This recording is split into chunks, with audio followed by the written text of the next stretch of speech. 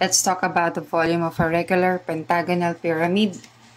So, since pentagon yan, ibig sabihin there are 5 sides. And then regular, ibig sabihin yung sides niya all around are equal. Ito yung itsura niya. Base niya is pentagon. Balik pa rin tayo dun sa volume. Volume ng pyramid is equal to 1/3 times the base area times the pyramid's height. Yung formula ng area ng pentagon is equal to 1/2 times the perimeter times the apothem. Ano ba yung apothem? Yung apothem, okay, so kung ito yung ating pentagon, yung base, dito yung center, so dito yung mga radius niya, may mga ano tayo na triangle. Yung apothem, from the center, magpo-form ng right angle. Ito yung ating apothem. Ayan. So, ito yung ating side. So, yung perimeter, alam naman natin na yung perimeter, which is multiply the side by the number of the sides of the polygon. So, kung pentagon yan, 5, multiply natin dun sa side. So, ang perimeter niyan is 5s. Ibig sabihin, pwede natin palitan tong P ng 5s. Okay? So, kung i-rewrite natin, area is equal to 1/2 times, instead of writing P, ito ang sulat natin, 5s, times 5s, so lagyan ko ng parenthesis yan to separate lang, and then times the apothem. Okay? So, yun ha. So, ngayon, ito pwede natin i-combine. So, area is equal to 5 times 5 is 5 over 2. So, 5 times the side times the apothem all over 2. Okay. Ngayon, punta tayo dito sa volume. Yung volume natin, ang formula is 1/3 times the base area times the height. So, kung idediretso na natin yan, ang formula ng volume ng pentagon, so 1/3 times yung base area, which is this one. So, 5 times the side times the apothem all over 2 times the pyramid's height. Okay, kukunin lang kasi natin yung bagong formula, no? Para kasi mas madali sa inyo or mas madali sa atin na mag-compute na. Pero pinapakita ko lang sa inyo kung saan nanggagaling, kung saan siya manggagaling. So, ito pwede nating pagsamahin yung 5 here, sama natin dito. So, 5 times 1 is 5. Tapos ito, lahat ng numerators yan ha. S inside times yung apothem times yung pyramid's height all over itong 3 tsaka yung 2 pwedeng i-multiply din. So, 3 times 2 is 6. So, ito na ngayon yung formula natin sa regular pentagonal pyramid. Okay, ulitin ko ha, baka malito. Itong mga to, pinakita ko lang kung saan nanggaling yung bagong formula. So, kung magagulimihanin pa kayo, okay, ito na lang ang intindihin nyo. Okay, kasi, para lang malinaw na kung halimbawang nakalimutan ninyo yung formula na to, alam ninyo yung formula ng pyramid at alam ninyo yung formula ng area, pwede kayo makapag-derive ng bagong formula.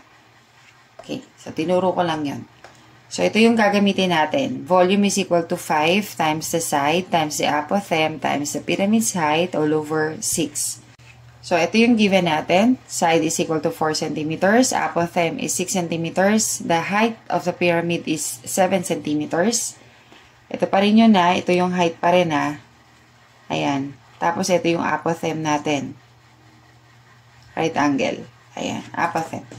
So, given, hanapin natin yung volume. So, plug in lang tayo. B is equal to 5 times the side times the apothem times the pyramid's height all over 6. Plug in lang natin yung mga data. So, 5, lagi may 5 times.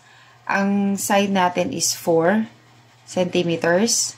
Ang apothem natin is 6 centimeters. And the pyramid's height is 7 centimeters. All over 6. Ngayon, kung may ka-cancel out, i-cancel out natin. Ito, may 6, may 6. hindi ka-cancel yung centimeters kasi may matitira dyan na 1. Okay, so 6, yung numbers lang ay ka-cancel natin. So this is already 1. So multiply na lang natin yung numerator. So 5 times 4 is 20, times 7 is 140 centimeters cube. That is the volume. Number 2, ito yung given. So S is equal to 5 feet. Yung apothem is 8 feet. And then yung height natin, pyramid height is 10 feet. So solve for the volume. Volume is equal to 5 times this side times the apothem times the pyramid's height all over 6. So 5 times 5, hindi ko nasasama to, basta kailangan cubic feet ang final answer ha. And then apothem is 8. And then yung pyramid's height is 10 all over 6. A common factor which is 2. So, cancel out ko na to. 3 na lang to. And then ito, 4. Then, multiply. 5 times 5 is 25. Times 4 is 100. Times 10 is 1,000. So, 1,000 divided by 3. So, ang volume natin is 333.33 cubic feet. For number 3, given naman ang volume, so 25 cubic meter, and then yung apothem is 2 meters, the pyramid side is 5 meters, so we're going to look for the measurement of the side, of each side, and then yung perimeter. So gagamitin pa rin natin yung formula, which is the volume is equal to 5 times the side times the apothem times the pyramid side all over 6. Gagamitin natin yun. So, pwede kayo mag-derive ng formula. Meron akong video doon para matira yung S or mag-plug in na lang tayo. So, pwede nating i-plug in na lang yung mga values dito. Katulad ng mga ginagawa natin doon sa previous videos. Or pwede naman tayo mag-derive ng formula. So, ngayon, mag-derive tayo. Mag-derive tayo ng formula. Kailangan S lang ang matira dito. Okay, so V, may 6 dito. So, multiply natin siya sa 6 both sides, or yun dun sa dati kong video, minumultiply ko na lang dito. So, ito makakancel out, and then ito, multiply natin doon. So, magiging 6V is equal to, matitira dito is 5 times the side times the apothem times the pyramid's height. Cancel out ko yan ha. Okay. Tapos, kailangan side lang ang matitira. So, didivide natin to sa lahat ng kasama niya. So, 5, tsaka yung apothem, yung pyramid's height. So, ganun din dito, kukopihin din natin. And makakancel yan, makakancel to, tsaka ito, yun yung natira. Kasi yun yung hinahanap natin.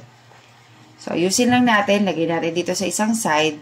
So, S is equal to 6 times the volume all over 5 times the apothem times the pyramid's height. So, ito yung ating bagong formula. So, side is equal to, kopyahin ko lang para mas maayos. Ayan. And then, mag-plug in na tayo. So, hanapin natin yung side. 6, present is 6, and then the volume is 25 cubic meters all over yung 5, yung apothem natin, which is 2 meters. And then, yung pyramid's height, which is 5 meters. So, ito ang makakancel na yan. So, may matitirang isang M. And then, yung 25, tsaka ito, cancel out natin. May 1 na lang dyan. May 5 dito. Pero ito may 5 pa rin. So, cancel out. 1 na lang yan. Dito din, 1. 6 and 2, meron din. So, ito, 1 na lang. Ito, 3. So, ang natira, itong 3, itong 1, tapos ito, puro 1. So, multiply na lang natin. 3 times 1 is 3. And then, may meters. So, this is the measurement of the side. Ngayon, hinahanap pa rin natin yung perimeter. Alam natin yung perimeter, i-add lang naman natin yung sides ng pentagon. And since pentagon yan, so 5 yun. 5 yung sides. Or simply, yung perimeter is equal to 5s. So, 5 times the side, which is 3 meters. Therefore, the perimeter is 15 meters. 15 meters. Huwag ma-overwhelm dito ha. Wala namang bago. Elementary pa lang, nagaganto na kayo. Kaya niyo yan. Isa-isahin lang. Practice, practice. Yun lang ang sagot. Practice.